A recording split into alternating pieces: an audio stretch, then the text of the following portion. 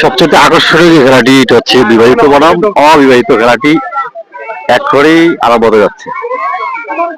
সঙ্গে থাকবেন আমাদের, আর যারা প্রবাসের বাড়িতে আছেন সকলে একটু ভিডিওটা লাইক শেয়ার করে দিবেন। প্রবাসীদের বিশেষ করে অনুদানের মাধ্যমে আমাদের অনেক আয়োজন হয়ে থাকে।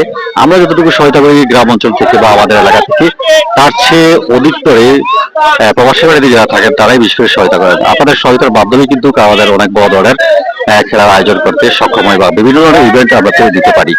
আজকে যে প্রোগ্রামটা হয়েছে তার মধ্যে প্রায় আপনার 20 থেকে 25টি ইভেন্ট হয়েছে। তার মধ্যে কারণ এই প্রাইজগুলো দেওয়া তো আমাদের পক্ষে সম্ভব না, শুধু প্রবাসী বাড়িতে যারা যারা আছেন আপনাদের সহায়তার মাধ্যমে কিন্তু হয়েছে।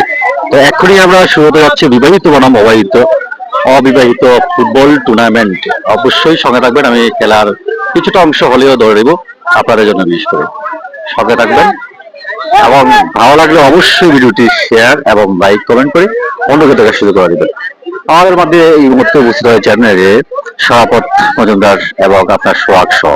আমরা কোনো দলমত নির্বিশেষে সকলকে ইনভাইট করা হয়েছে। বিজয়ের শুভেচ্ছা সবাই অংশগ্রহণ করতে পারবে, এখানে কোনো দলমত নেই। আলহামদুলিল্লাহ সকলে অংশগ্রহণ দেখে আমার কাছে অত্যন্ত ভালো লেগেছে। একটু পরেই কিন্তু বিবাহিত বনাম অবিবাহিত ফুটবল টুর্নামেন্টটি শুরু হতে যাচ্ছে। সঙ্গে থাকবেন। দর্শকের সাথে হাজার হাজার দর্শকের সমাগম।